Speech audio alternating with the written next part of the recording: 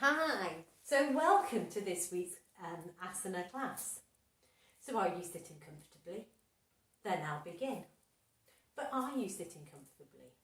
Often when I ask students to come into their comfortable seat at the beginning of class, I notice everybody trying to come into a cross-legged seated position. This shape, Sukhasana, known as easy pose, is one of the most ubiquitous yoga shapes, but actually sometimes one of the hardest. And for many people, it's far from easy and far from comfortable. Quite often I see people sitting cross-legged and they're hanging on to the fronts of their legs as if for grim death, looking anything but comfortable. So what do we mean when we say come into a comfortable seat? Well, what we're looking for is that grounding of the sit bones into the earth. We're looking for a neutral spine. So straight but not erect, we're not soldiers on parade. Our shoulders rolled back over our hips and our crown lengthening towards the sky, maybe our chin tucked. And this should be a shape that we can sit in comfortably for a few moments at least.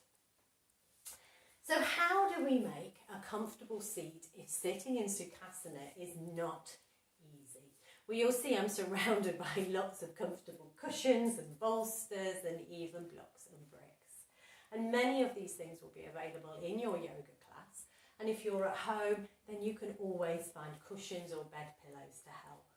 One of the most useful things I find is a yoga block. And this can be really helpful. So we place it on the floor and we sit on the block. We just sort of tip off the edge, and what that does is it changes the angle of the pelvis and it can allow the knees to drop.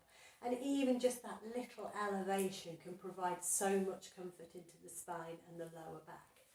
If you're at home and you don't have a yoga brick, then a good solid book will suffice. So you can play with the books you have in your library, or even just raising the hips on a regular cushion, so long as it's got a little bit of firmness to it.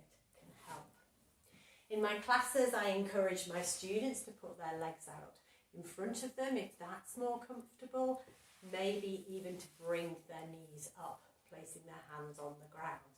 So have a little play and work out if ground sitting feels good on your body.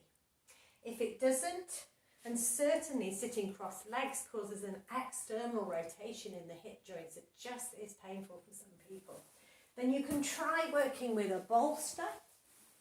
And again, a lot of yoga teachers will have these if you're at home, a couple of bed pillows on top of each other.